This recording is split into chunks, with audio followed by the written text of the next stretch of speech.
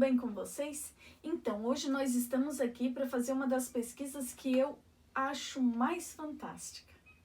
Hoje nós vamos estudar os métodos científicos e esse conteúdo está lá no livro didático de vocês, na página 28. Hoje nós vamos estudar o método científico. Método científico é o nome que se dá às etapas de uma pesquisa científica. Nem sempre os cientistas seguem essa etapa, mas ela serve para que os cientistas possam organizar e facilitar a sua pesquisa científica. Vamos acompanhar quais são essas etapas? A primeira etapa do método científico é a seguinte: é fazer uma pergunta. Então, a professora aqui vai fazer uma experiência e nós vamos fazer uma pergunta sobre essa experiência. Vamos lá?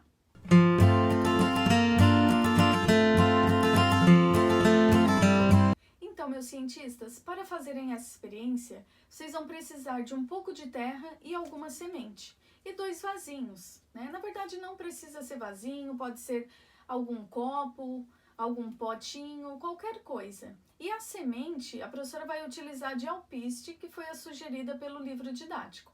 Porém, vocês podem trocar pela semente de feijão, que é uma semente que acredito que todos têm em casa, tá bom?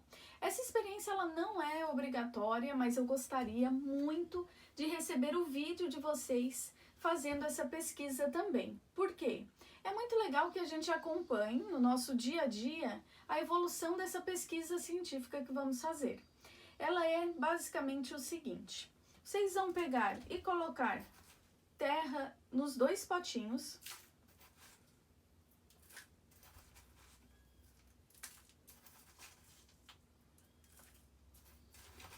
Pessoal, essa parte é interessante vocês fazerem não em cima da mesa com uma toalhinha branca como a professora está fazendo. Porque eu estou fazendo uma sujeira.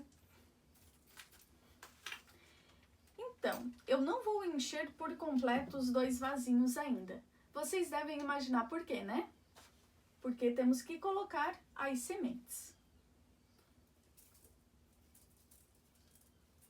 Colocar bastante semente para ficar bem bonito os nossos vasinhos quando crescerem, tá bom? Depois que eu fiz isso, eu termino de colocar a terrinha por cima. Opa, pedrinha não, né? O outro também. É importante, gente, que o que vocês fizerem em um vasinho, vocês têm que fazer igual no outro, tá bom? Depois dessa parte, a professora vai pedir 1 minutinho para limpar essa bagunça. Voltando agora então, com tudo organizadinho, nós vamos continuar a nossa pesquisa científica. Então, a primeira etapa do método científico é fazer uma pergunta.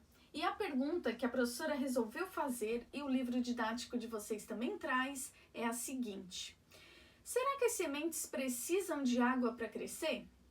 Então, para saber se isso é verdade ou não, nós vamos fazer o seguinte: esse vasinho que está com as cordinhas mais bonitinhas, a professora vai regar as sementes. Vamos colocar bastante água para que elas fiquem, que a terra fique bem úmida. E esse daqui nós não vamos colocar água, tá bom? Importante dizer que essas sementes vão levar alguns dias para germinar, em torno de quase uma semana, na verdade. Então, eu não vou regar só hoje. A cada 2 dias, nós vamos ir lá e manter a terra úmida, tá bom?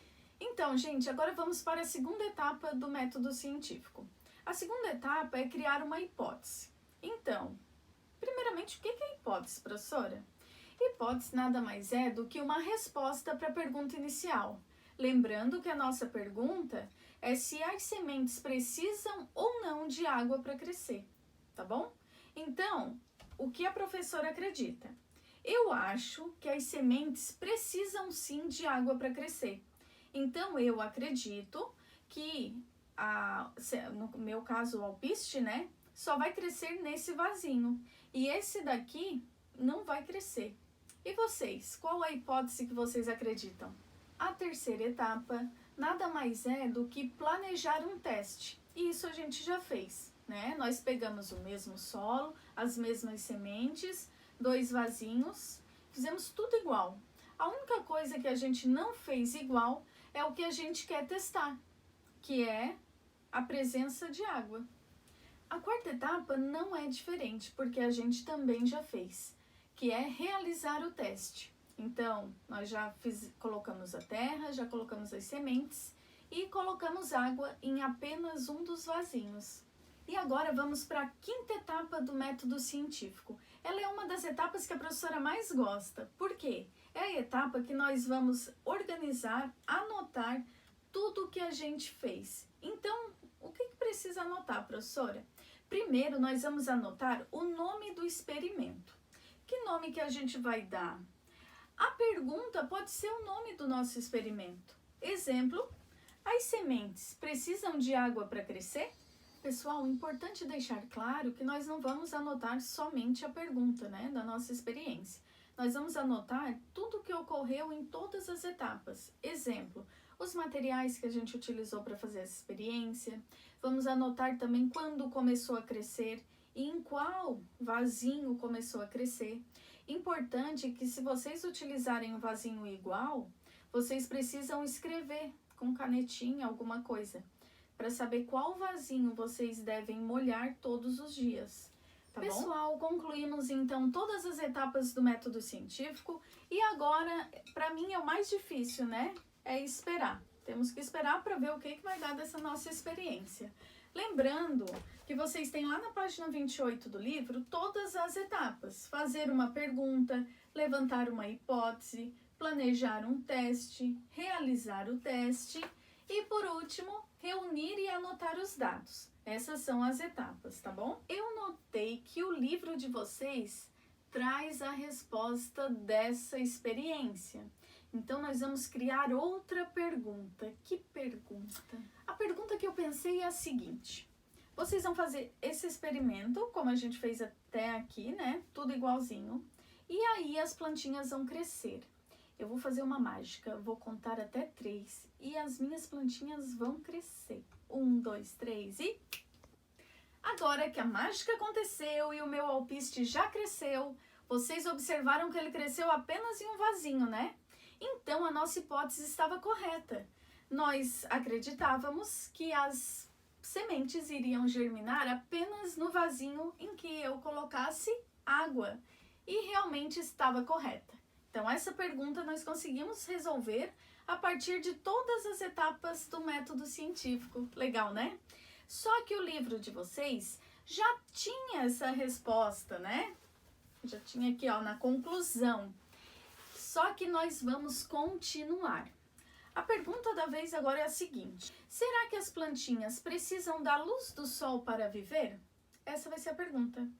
E para saber se elas precisam ou não da luz do sol, nós vamos ter que tirar isso dela. Então, nós vamos escolher um lugar bem escuro na casa de vocês. Peçam ajuda para papai e para mamãe, hein? Vocês vão escolher o lugar mais escuro, sei lá, debaixo da cama, dentro de um armário, escondida num cantinho, ou podem pegar uma caixa de sapato, fechar ela toda e colocar a plantinha lá dentro. E nós vamos esperar 7 dias para ver como que ela vai estar. Se ela continuar verdinha, bonitinha, é porque ela não precisa da luz do sol para viver. Agora, se por algum acaso ela ficar fraquinha, mudar de cor, não estiver muito bem, é porque ela precisa sim da luz do sol. Pessoal, é importante lembrar vocês que a gente precisa continuar molhando, porque a gente já viu que as plantinhas precisam de água para viver. Agora nós vamos testar se elas precisam da luz, né? Mas a água nós precisamos. Então, a cada 2 dias, vocês vão lá e vão colocar água para ela continuar vivendo, tá bom? Não esqueçam disso. Então, meus cientistas, chegamos ao final de mais uma experiência.